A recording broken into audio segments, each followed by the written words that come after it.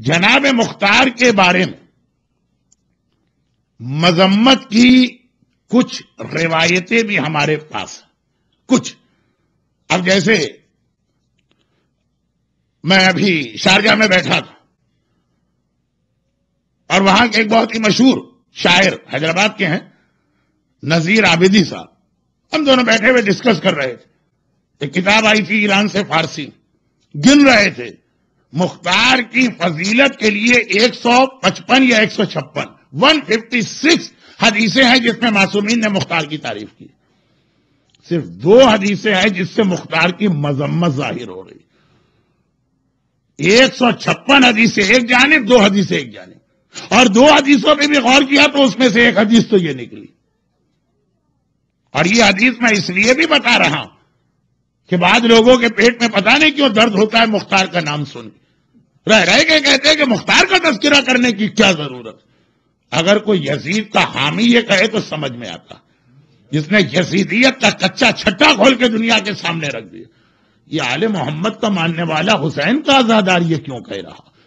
تو یہ ایک حدیث ایسی جو مختار کے حوالے سے ایک بہت پرانے مسئلے کو حل بھی کرتی ہے اور ساتھ ساتھ مرجعیت پر ہونے والے ایک اعتراض کا ایک سپلیمنٹری رپلائی بھی کہ مجتہدین کے فتووں میں اختلاف کیوں ہوتا. دیکھیے یہ جو اعتراض ہے نا اس کے 2 حصے. پارٹ اے کا جواب یہاں ملتا ہے، پارٹ بی اسٹل باقی ہے. اگر میں ہی زندہ رہا تو آئندہ کبھی بھی اس کا جواب دوں گا. پارٹ اے اور پارٹ بی 2 ہیں اعتراض. یہ بہت ہی امپورٹنٹ ٹاپک ہے لیکن مختار نامے کی وجہ سے اس کی تفصیل میں نہیں جا رہا. پارٹ اے یہ کہ پرانے علماء کچھ اور کہتے تھے یا آج کے علماء کچھ اور کیوں کہہ رہے.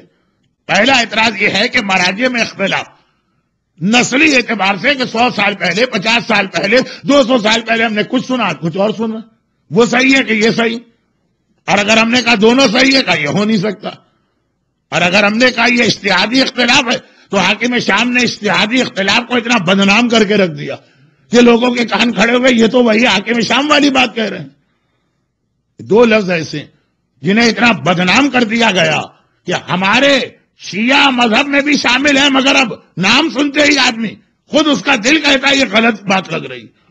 ایک اجماع کا لفظ وہ بھی اتنا بدنام کر دیا گیا کہ لوگ سمجھتے ہیں کہ اجماع تو وہی لوگوں کے پاس ہے، ہمارے پاس ہے.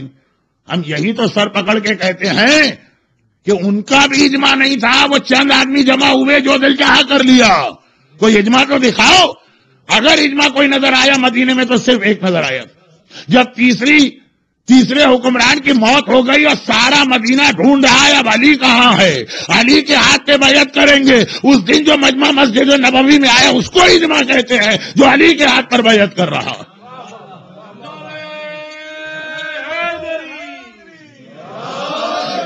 بدنام کیا دشمنان اہل بیت لفظ اجماع کو، اور ہم یہ سمجھے کہ لفظ ہی اتنا برا ہو گیا کہ جو حقیقی اجماع ہے وہ بھی غلط.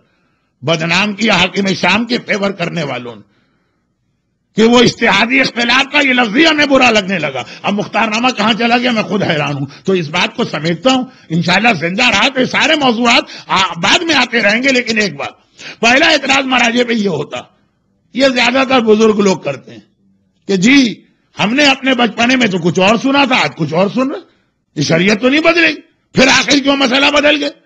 اور یہ ہے پارٹ اے جس کا جواب ایک جواب مختار نامہ کا ایک واقعہ. پارٹ بی اپنی جگہ وہ یہ ہے کہ نہیں ایک ہی زمانے کے بھی 2 مجتہدین میں کیوں اختلاف. تو وہ انشاءاللہ ابھی وعدہ رہا میرا آئندہ کا بھی. آئیے پارٹ اے. میں اس اعتراض کا جواب دینے کے لیے یہ روایت نہیں پڑھ رہا ہوں، یہ تو ویسے ہی مختار نامے میں روایت آئی. اس میں نے دیکھا کہ ایک سپلیمنٹری فائدہ یہ مل رہا ہے. روایت یہ ہے کہ علامہ ہلی جیسا عظیم عالم جن سے وہ روایت بھی نقل ہے کہ جب ایک بار ان کی سمجھ میں نہیں آیا کہ زیارت حسین پہ 90 حجوں کا ثواب کیسے ملتا، یا یہ روایت کہ حسین پہ رونے سے جنت کیسے واجب ہوتی، کنفیوز تھے. زمانے کے امام نے آ کر راستے میں ان کو بتایا اور اس طرح سمجھایا کہ علامہ ہلی جیسا مرجع پکار اٹھا کہ ہاں اب میری سمجھ میں آ گیا. بہت مشہور واقعہ، دورے کی مجلسوں میں وہ واقعہ اکثر پڑھا جاتا. وہ علامہ ہلی تاریخ تشیع کے ٹاپ 10 میں سے ایک.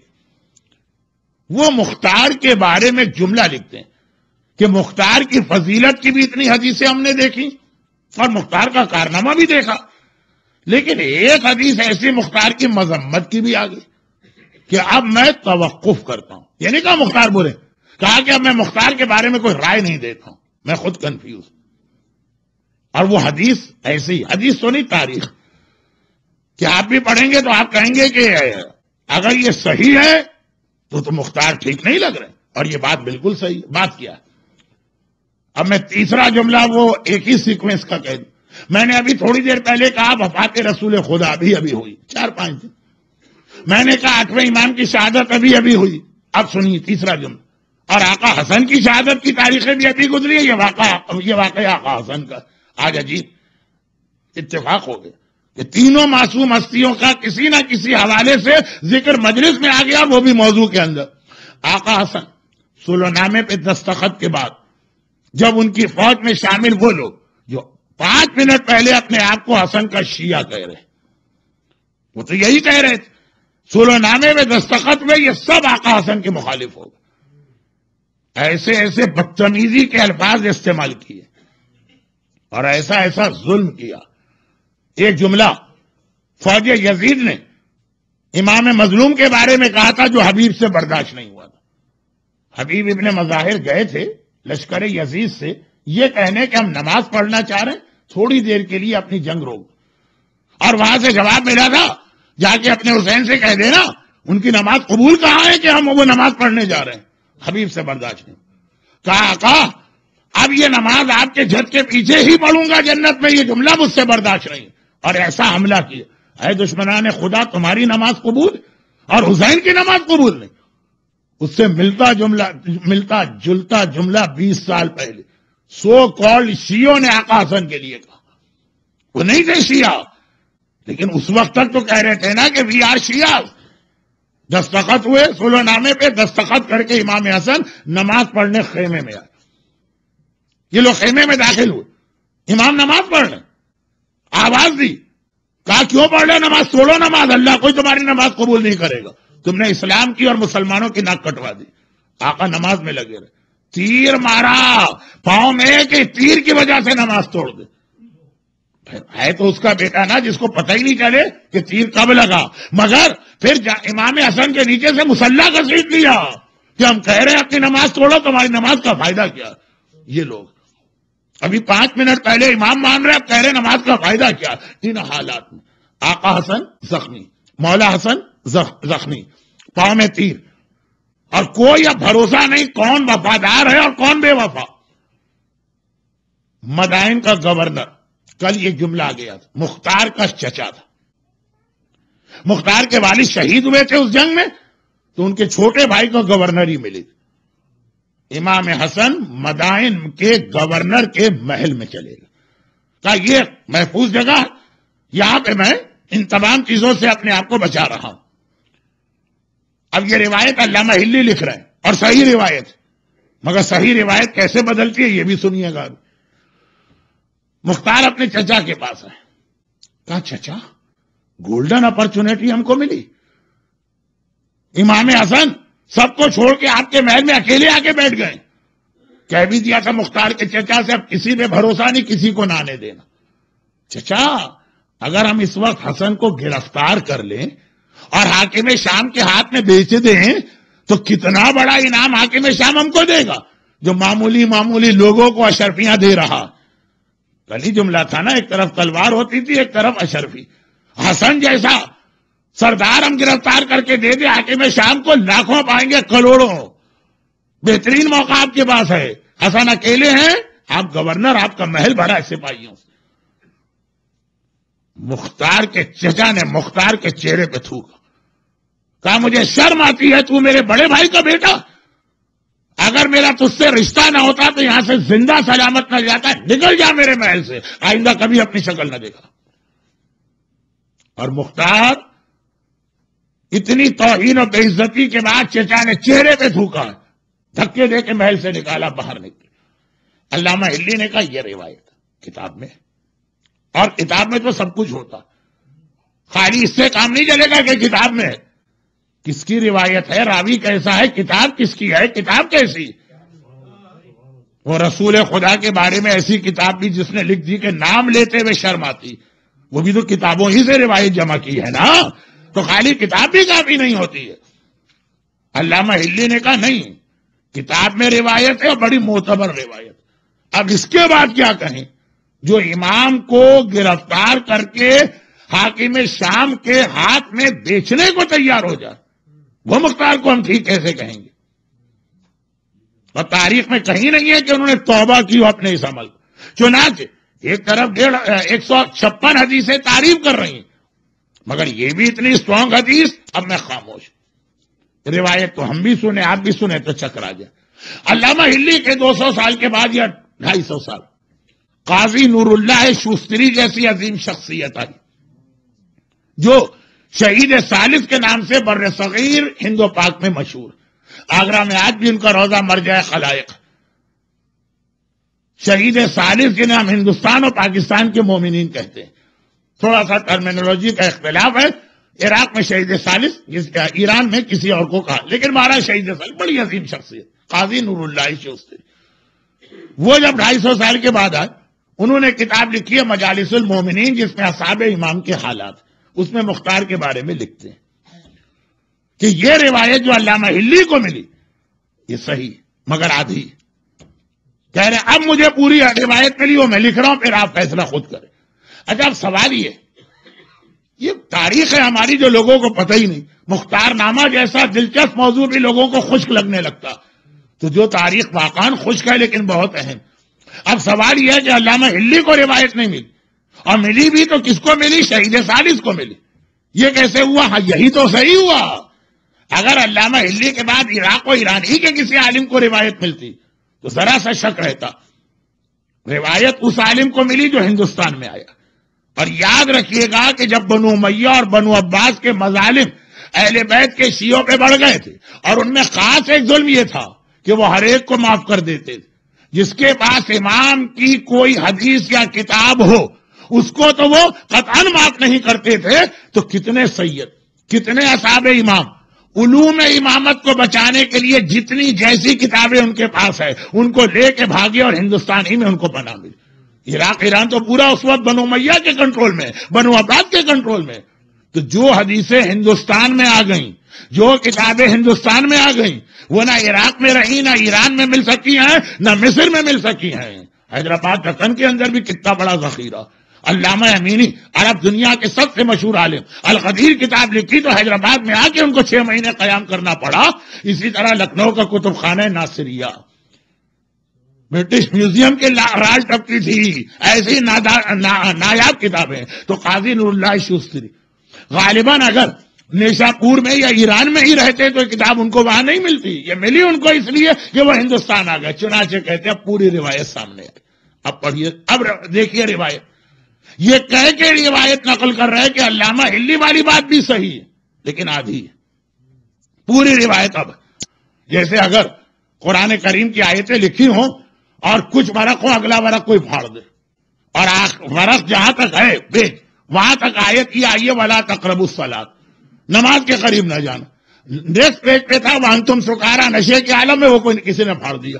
تو ہم تو یہی دیکھیں گے کہ قرآن کی آیت ہے نماز کے قریب نہ جانا، ہمیں کیا پتا کسی نے نشے میں آ کے نشے والا صفحہ پھاڑ دیا، وہ بعد میں کہیں اور ملے گا تو پتہ چلے گا پورا پیغام کچھ اور۔ اب سنیے بہت مختصر روایت یہ ہے جو علامہ ہلی کو ملی، وہ بیچ کی روایت ملی، اس سے پہلے کا پیج، وہ کتاب ہندوستان میں آئی، وہاں عراق ایران کے مظالم سے اس کو بچانے کے لیے ہمارے ہندوستانی اور پاکستانی علماء کے خدمات، یہ ذخیرہ علم کا ہمارے پاس ہے۔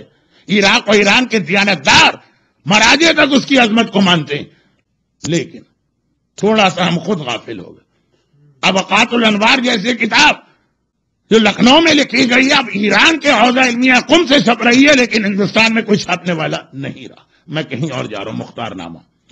روایت یہ ہے کہ جب امام حسن اپنے سو کالڈ حامیوں کے ہاتھوں تیر کھایا، مسلح سے دھکا دیا گیا، توہین کی گئی، وہ الفاظ تو میں نے پڑھے ہی نہیں، مجھ میں تو بہرحال اتنی ہمت نہیں ہے کہ منبر سے آقا حسن کی شان میں گستاخی والے الفاظ پڑھوں، تو اب وہ مدائن کے گورنر کے محل میں چلے گئے، ایک وہی ایسا شیعہ نظر آ رہا تھا کہ ذرا طاقت رکھتا تھا، گورنر تھا۔ مختار بہت پریشان ہوئے۔ اب یہاں سے روایت وہ چل رہی ہے جو علامہ علی کو جو صفحہ نہیں ملا۔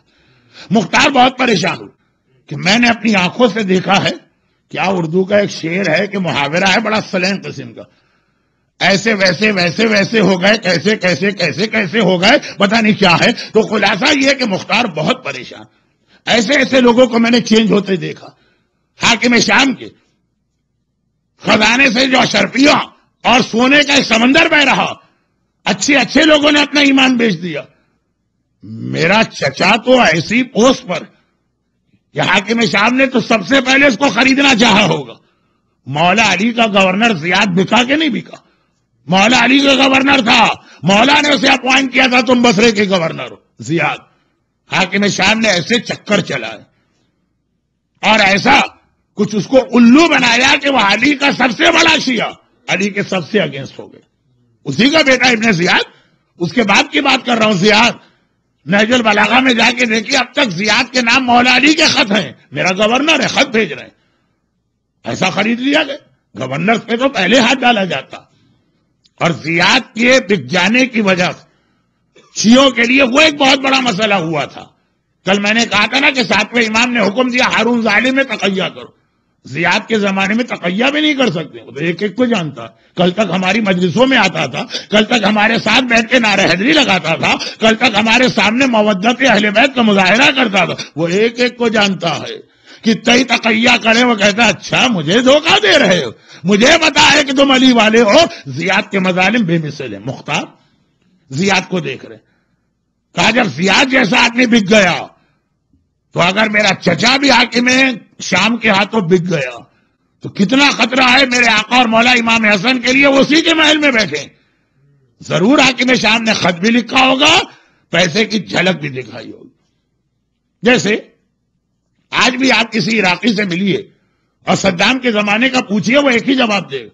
صدام کے زمانے میں سب سے بڑا مسئلہ یہ ہے، شوہر کو اپنی بیوی کے بارے میں نہیں پتا کہ میری بیوی ہے یا حکومت کی ہاتھ بکی بھی اس کی جاسوس۔ بیوی شوہر کے بارے میں نہیں جانتی، باپ اولاد کے بارے میں نہیں جانتا، اولاد باپ کے بارے میں نہیں جانتی۔ ایسا صدام کا سسٹم تھا۔ یہ جملہ میں نے کہا تھا کہ اس نے معاویہ اور یزید کی سیاست کا بڑا ڈیپلی اسٹڈی کیا ہے۔ تو گھر والے بک چکے ہیں، بھائی بھائی کے خلاف، بیٹا باپ کے خلاف، باپ بیٹے کے خلاف رپورٹ دے رہا۔ تو یہ تو 20ویں صدی تھی، وہ جائیے 1400 سال پہلے۔ مختار بہت پریشان کیوں کہ اگر میرا چچا بک گیا تو امام حسن کتنے بڑے خطرے میں، اور اگر میرا چچا نہیں بکا ہے، مخلص ہے، اور میں امام حسن کو ڈر کی وجہ سے وہاں سے نکال کے لے آیا، تو اتنی محفوظ جگہ پہ میرا آقا بیٹھا ہے، میں کہاں لے جا کے حفاظت کر پاؤں گا؟ اپنے چچا جیسی حفاظت تو نہیں کروں گا نا، وہ گورنر ہے، اس کا پورا ایک عملہ ہے، اس کا ایک محل، اب میں کیا کروں؟ سمجھ میں نہیں آ رہا کیسے اپنے چچا کے دل کی کیفیت معلوم کی جائے، کیونکہ جو بک جاتا ہے وہ اس طرح بتاتا نہیں ہے کہ میں بکا ہوا ہوں۔ کیسے پتا چلے کہ میرا چچا کہیں بک تو نہیں گیا؟ کیونکہ اگر نہیں بکا، اس وقت اس کے محل سے زیادہ محفوظ کوئی جگہ نہیں، اور اگر بک گیا تو اس سے بڑا خطرہ کوئی نہیں ہے۔ اب بہت پریشان مختار۔ اولڈ از گولڈ، یہ عربی کا جو انگریزی کا محاورہ ہے، مولا کی نہج البلاغہ کی حدیث ہے۔ فرماتے مجھے نوجوان کے جوش سے زیادہ بوڑھے کی دانش مندی اور اس کے صبر اور تحمل زیادہ پسند ہے۔ چنانچہ گئے مولا کے ایک پرانے صحابی احنف کے پاس، کہا کہ دیکھو میری سمجھ میں نہیں آ رہا، مختار کی عمر ہے اس وقت ٹھیک 41 سال کی، جوان ہے، وہ مولا کا صحابی 70 کو کراس کر چکا ہے، 70 پلس۔ کہا کہ آپ چچا کے برابر ہیں، چچا سے بھی زیادہ مولا کے صحابی، میں طریقہ سمجھ میں نہیں آ رہا اپنے چچا کو کیسے جج کروں۔ میں یہ بھی نہیں چاہتا کہ بدگمانی میں اپنے امام حسن کو خطرے میں ڈال، اور یہ بھی نہیں چاہتا کہ گھر میں بیٹھا رہوں اور امام کو میرا چچا گرفتار کر۔ آنف نے کہا میں تمہیں ایک ترکیب بتاتا ہوں، تم ایسا بن کے اپنے چچا کے پاس جاؤ جیسے تم بھی حاکم شام کے ہاتھوں بکے ہوئے اور حسن کو گرفتار کرانا چاہتے ہو، جا کے چچا سے ایسی بات کرو، جو بک گیا ہوتا ہے نا اس کے دل میں چور ہوتا، جب وہ دیکھے گا ارے یہ تو میرے فیور والا آدمی ہے، تو تمہارے سامنے کوئی نہ کوئی ایسا جملہ کہہ دے گا چنانچہ مولا علی کے بزرگ صحابی نے مختار کو طریقہ سکھایا. مختار وہی باتیں لے کے گئے کہ چچا بہترین موقع ہے, حسن ہمارے ہاتھ میں ہے, گرفتار کر کے حاکم شام کو بیچیے. لیکن جب چچا نے چہرے پہ تھوکا, جب چچا نے دھکے دے کے نکالا, باہر نکل کے سجدہ شکر انجام دیا, چچا کے طریقے سے پتا چلا کہ وہ آقا حسن کا پکا اور مخلص ماننے والا ہے. یہ ایک روایت علامہ ہلی تک آدھی پہنچی تو مختار سے برا کوئی آدمی نظر نہیں آ رہا. شہید ثالث کے بعد پوری روایت پہنچی تو مختار سے بہتر عصمت کوئی آدمی نظر نہیں آ رہا.